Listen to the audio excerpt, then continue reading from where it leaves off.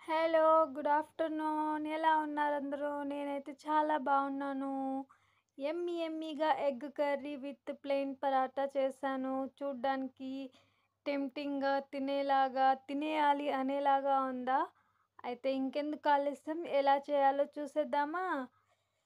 చాలా కొద్ది ఇంగ్రీడియెంట్స్‌తో చాలా కొద్ది టైంలో చాలా ఈజీగా మీకందరికీ ఇంట్లో ఉండే కొన్ని ఇంగ్రీడియెంట్స్‌తో ఎలా చేయాలో చూసేద్దాం.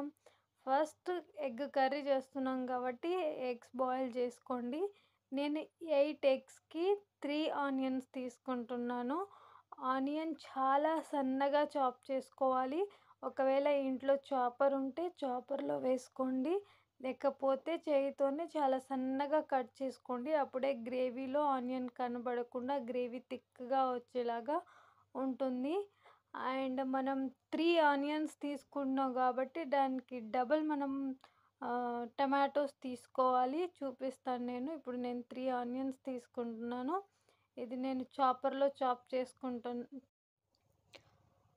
ఒకవేళ చాపర్ లేదు అనుకుంటే మేము సన్నగా కట్ చేయలేము అనుకుంటే మిక్సీలో ఒక్కసారి వేసి తిప్పేసుకోవచ్చు. అప్పుడు కూడా గ్రేవీ బాగొస్తుంది. కాకపోతే మిక్సీ వేసుకునే టేస్ట్ కంటే కట్ చేసుకునే టేస్ట్ వేరే ఉంటుంది. అంటారు కదా! చట్నీస్ ఏదైనా చేసుకుంటే మిక్సీలో చేసుకుంటే రోళ్ళలో రుబ్బుకుంటేనే టేస్ట్‌గా ఉంటుందని. అలా అన్నమాట.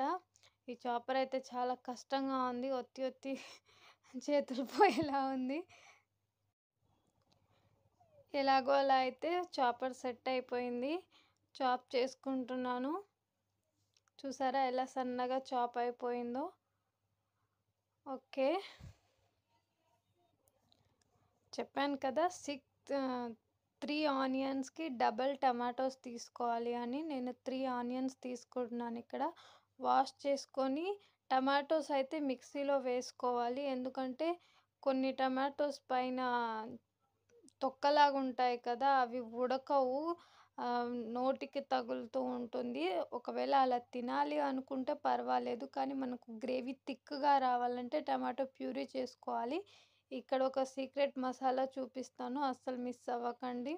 టమాటోస్‌కి కొనకుండే అవి పడేసేయండి. అవి తింటే కిడ్నీలో స్టోన్స్ వస్తాయని అంటారు. ఎప్పటినుంచో మా అమ్మమ్మ, మా నాన్నమ్మ ఆ ఏజ్‌లో ఉన్నప్పటి నుంచి చెప్తూ ఉండేవాళ్ళంట. అవి తినకూడదు అని. సో, ఇప్పుడు నేను మసాలా చూపిస్తానన్నాను కదా! అందులో ఒక 4 మిరియాలు, 4 లవంగాలు, 2 యాలచీలు, ఒక చెక్క వేసుకోవాలి. అండ్ కొంచెం నానబెట్టుకున్న నువ్వులేసుకుంటున్నాను. నువ్వులేసుకోవడం వల్ల ఏందంటే గ్రేవీ చాలా బాగొస్తుంది. థిక్‌గా వస్తుంది. అంటే ఒక చికెన్ కర్రీ ఎలా అయితే రెడీ అవుతుందో అలా రెడీ అవుతుంది. నువ్వులు హెల్త్‌కి చాలా మంచిది. వేసుకోండి. కాకపోతే నానబెట్టి వేసుకోండి. అప్పుడే అవి సరిగా నలుగుతాయి. ఇప్పుడు చూపిస్తాను మీకు గ్రేవీ ఎలా వస్తుందో. ఆ మసాలా, నువ్వులు, కొత్తిమీర చెప్పడం మర్చిపోయాను. కొంచెం కొత్తిమీర కూడా యాడ్ చేసుకోండి. చూసారా గ్రేవీ అయితే రెడీ అయిపోయింది. ఆ మసాలా స్మెల్ హైలైట్ వస్తుంది. ఇంకా కుక్ చేస్తుంటే ఇంకా చాలా బాగా రెస్టారెంట్‌లో ఏదైనా డిష్ వండుతుంటే మనకు స్మెల్ ఎలా వస్తుందో అలా వస్తుంది. సో, ఎగ్స్ కూడా బాయిల్ అయిపోయాయి. ఇప్పుడు ప్రాసెస్ ఏంటో చూసేద్దామా? ఫస్ట్ ఒక ప్యాన్‌లో ఆయిల్ వేసుకొని కొంచెం జీలకర్ర వేసుకోవాలి అంతే. అంతకు మించి వేరే ఏవి ఏసుకోవద్దు. జస్ట్ కొంచెం జీలకర్ర ఏసుకోవాలి. ఇప్పుడు మనం చాప్ చేసుకున్న ఆనియన్ వేసుకోవాలి. ఈ ఆనియన్ ఫ్రై అవ్వడానికి కొంచెం టైం పడుతుంది. కొంచెం హై ఫ్లేమ్‌లో, కొంచెం లో ఫ్లేమ్‌లో చూసుకుంటూ ఫ్రై చేసుకుంటూ ఉండాలి. మినిమమ్ 5 మినిట్స్ అయితే పడుతుంది. హై ఫ్లేమ్‌లో కుక్ చేసుకుంటున్నప్పుడు మనం తిప్పుతూనే ఉండాలి. లేకపోతే మాడిపోతుంది. దగ్గరుండి చూసుకోవాలి.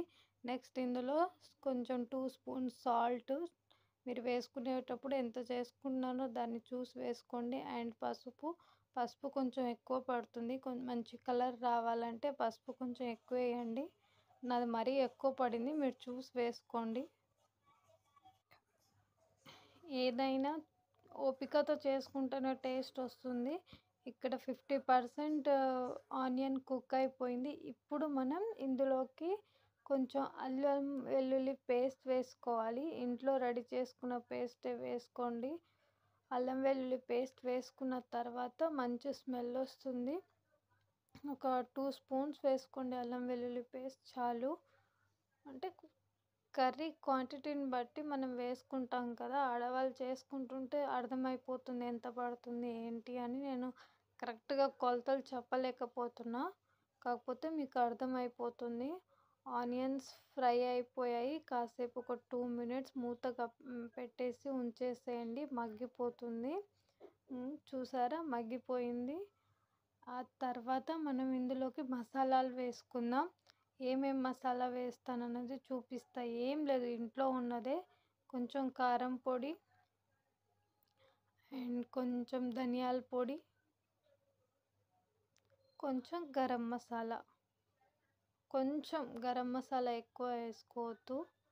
ఆల్రెడీ మనం ఖడా మసాలా లవంగాలు అవన్నీ వేసుకున్నాం కాబట్టి ఆ మసాలా టేస్ట్ వస్తుంది మనకి. మనం గ్రేవీలో టమాటా గ్రేవీలో వేసుకున్నాం కదా, అది వేసుకున్నప్పుడు చాలా హై లెవెల్లో స్మెల్ అయితే వచ్చేస్తుంది. ఇక్కడ ఎగ్స్ బాయిల్ అయిపోయాయి కదా, వాటికి ఘాట్లు పెట్టుకొని ఫోర్ ఘాట్లు పెట్టేసుకొని ఫ్రై చేసేసుకోవాలి. అక్కడ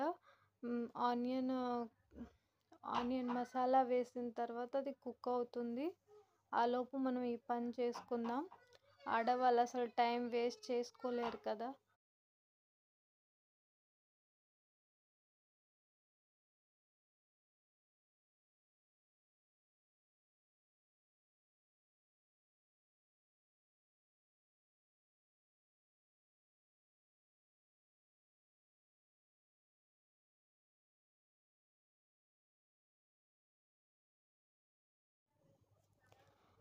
కొంచెం ఆయిల్ వేసుకొని అందులో సాల్ట్, పసుపు, కొంచెం కారం పొడి వేసుకొని మనం ఎగ్స్ ఫ్రై చేసుకోవాలి.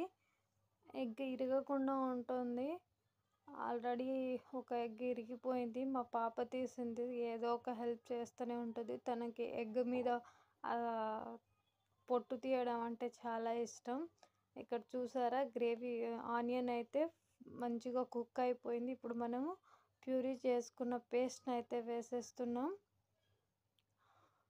2 చేతులు ఆడుతూ ఉండాలి. మనం ఎక్కువ వంట చేసినప్పుడు కిచెన్లో అటు ఇటు అడ్జస్ట్ చేసుకుంటూ టైం చూసుకుంటూ వంట అయితే చేసుకోవాలి. అప్పుడే పని ఫాస్ట్గా అవుతుంది, టైం సేవ్ అయిపోతుంది.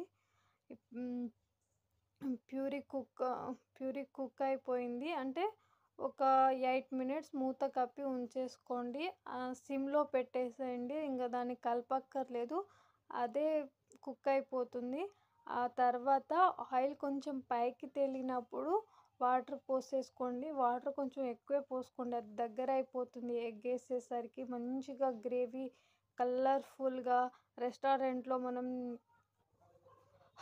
ఓకే, చూసారా గ్రేవీ రెడీ అయిపోయింది. ఇప్పుడు మనం ఇందులోకి ఫ్రై చేసుకున్న ఎగ్స్ అయితే వేసేద్దాం. గ్రేవీ చూడండి ఎంత బాగా వచ్చిందో.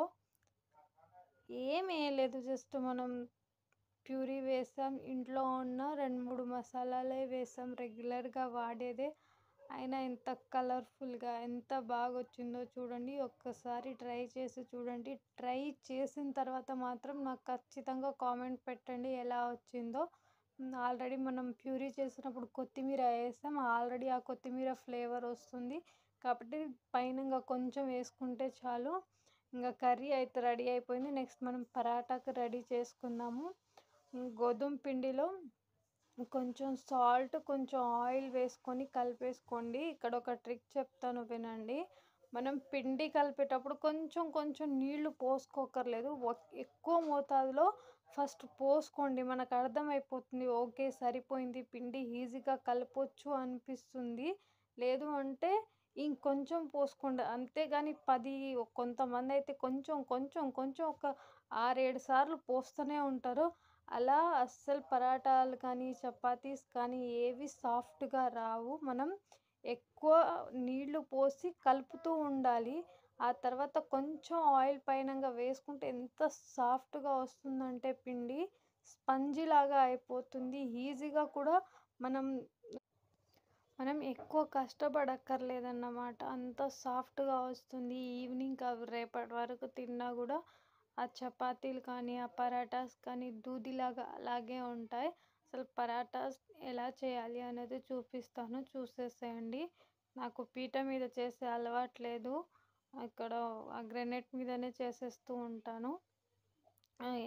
వాష్ చేసుకొని తుడిచేసుకున్నాను టిష్యూతో. వెట్ అయిపోయింది. ఇప్పుడు పరాటా ఎలా చేసుకోవాలో చూపిస్తాను. చూసారా పిండి ఎంత సాఫ్ట్‌గా, ఎంత ఈజీగా వచ్చేస్తుందో. ఇప్పుడు పరాటా ఎలా చేయాలో చూపిస్తాను చూసేయండి. కొ ఒక చపాతీ కంటే ఎక్కువ, కొంచెం ఎక్కువ మోతాదులో పిండి తీసుకోండి.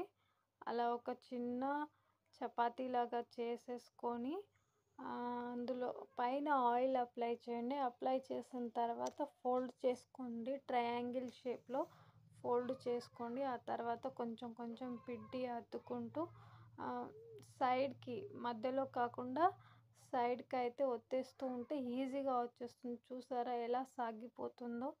ఈజీగా వచ్చేస్తుంది. మనం ఏదైనా పిండి కలిపే దాంట్లోనే ఉంటుంది. మనం ఎంత సాఫ్ట్‌గా పిండి కలుపుకుంటే అంత బాగా చపాతీలో పరాటాలు వస్తాయి. ట్రై చేసి చూడండి. వీడియో నచ్చితే లైక్ చేయండి, షేర్ చేయండి, కామెంట్ చేయండి. వీడియో చాలామంది చూస్తున్నారు కానీ లైక్ చేయండి. ఇంకా వేరే వంటలు ఏమన్నా కావాలంటే కామెంట్ సెక్షన్‌లో కామెంట్ చేయండి.